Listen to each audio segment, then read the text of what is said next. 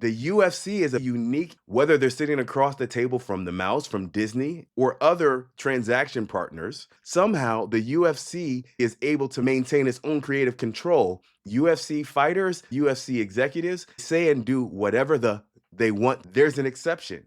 There may be a brand identity that the UFC has chosen to associate itself with that actually is bigger than them and is taking control of their narrative. Who am I talking about? Our Fight Night thoughts this week about the numerous brand deals that the UFC has entered into. The power that the UFC has, it keeps control of the brand narrative. As you can imagine, Disney is one of those brands that you can't play with. You can't play with the mouse. In most equations, if you're sitting across from Disney, you're going to bend to their brand identity and their quality control and not the other way around. The UFC is a very unique entity in the media and entertainment space when it comes to brand deals. Because whether they're sitting across the table from the mouse, from Disney via ESPN, or other transaction partners through its many brand deals, licenses, and endorsements, somehow the UFC generally is able to maintain its brand voice, as controversial as it may be, and is able to get its partner to bend to its will and bend to its messaging about the brand and maintain its own creative control no matter who they're across the table from. That includes Disney. I've talked elsewhere about the numerous brand deals that the UFC has entered into, whether it's the media rights deals with platforms like Fox and ESPN, which is Disney, or smaller partnerships with liquor companies and other consumer brands, cars, crypto platforms, and the like. Despite entering into all of these rights arrangements, in spite of entering into all of these transactions where there's going to be conversation about who controls the brand narrative, the UFC has been consistent in its brand. UFC fighters, UFC executives, they say and do whatever they want to do. There's a very clear example of that, not just in the relationship with Fox, which you might assume is more conservative, but even during the ESPN era, fighters and UFC brass were able to say and do controversial and even inflammatory, discriminatory things. A huge example of this is when Dana White was caught on camera slapping up his wife at New Year's Eve. Caught on camera. The fact that the president of this huge sports league slapped his wife in public on camera and then showed up to work the next day, and neither the parent company nor Disney, its rights partner, said anything about it.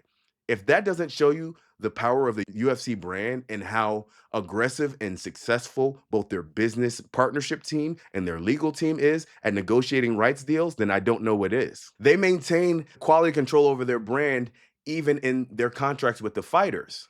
In the past, fighters were able to get endorsements, especially smaller ones with local brands, with clothing companies, and display them on their shorts or their fight kits. In the last decade or so, maybe longer, starting with the Reebok deal as well as the Venom deal, the UFC shut that down and pigeonholed fighters into only having deals with approved sponsors like Venom, like Reebok, like Monster. This is another source of income for fighters that was cut off and part of their complaints about fighter pay. But it just goes to show you the power that the UFC has, whether it's with a big media distribution partner like Disney, ESPN, or with its fighters, it keeps control of the brand narrative. With that said, there's an exception. There may be a brand identity, a voice, a narrative that the UFC has chosen to associate itself with that actually is bigger than them and is taking control of their narrative. Who am I talking about? Our president, Donald J. Trump, who is a good friend of Dana White and has been a friend of the UFC. They've been very public about this for years. The association with Donald Trump has been lucrative for the UFC over the years in multiple ways, from preferential treatment, it looks like, in legislation and lobbying. We'll talk more about that later, to the pop that UFC crowds get when Donald Trump makes his grand entrance into events. The president, you seen, y'all can get your boy. He's been doing a lot of. I'm not here to talk politics, but I will say, have you noticed how the UFC stance on the president has shifted a bit? At the UFC Miami card a couple weeks ago, when Donald Trump arrived, he actually got a good number of boos, not his normal standing ovation. That was one of the signs. The other sign is in recent press conferences, Dana White and the UFC has been kind of trying to put some distance between themselves and the president. The problem is, as Luke Thomas, who I respect a lot, has flagged, you can't escape the narrative that you've been painting for us all these years. In fact, you have a whole UFC White House event coming up in June. You can try to pretend that it's for the 250th anniversary of the United States, but you didn't do this card on the 4th of July or near the 4th of July. You did it on Donald J. Trump's birthday. The reason is because you have been in cahoots. You have been benefiting from the brand, the narrative, the association, the identification with Donald Trump. And now that it's getting a bit hot, you're trying to disassociate yourself. So, apart from Donald Trump, it seems like the UFC generally controls the narrative and very skillfully maintains that control in any deal that they enter. Speaking of that White House card, it looks like a pretty solid card. The main event is Ilia Topuria against Justin Gaethje, the lightweight champion against the interim lightweight champion to unify the belts. I expect Ilia to knock Gaethje out the way he's done other greats, but I'm still excited for the card and the other fights. Part of what's interesting and we've talked about is that although that White House card is coming up and it's such a big deal, the Netflix MVP card featuring Ronda Rousey, Gina Carano, and others is giving it a run for its money. And it'll be interesting to see whether Netflix and MVP, these ad hoc one off promotions, can actually disrupt the UFC.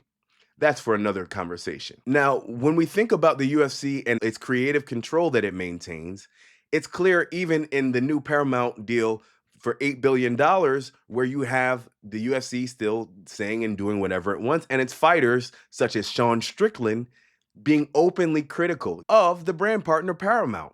I can't think of many other situations where the other party writing the check is allowed to be criticized by the workers or employees of the company that's receiving the check. But you see with Paramount, with Sean Strickland's comments, maybe there was some type of discipline behind the scenes, but otherwise he was free to say what he wants. And it shows even in this new $8 billion Paramount era, the UFC still maintains control, even with its most controversial fighters. Sean Strickland has caused brand controversy for himself, but someone who's doing it well is the headliner from the UFC White House card, Ilia Topuria. Ilya, besides headlining this card, has landed one of the biggest rights deal, at least in my estimation, of a combat sports athlete in a long time, probably since Conor McGregor.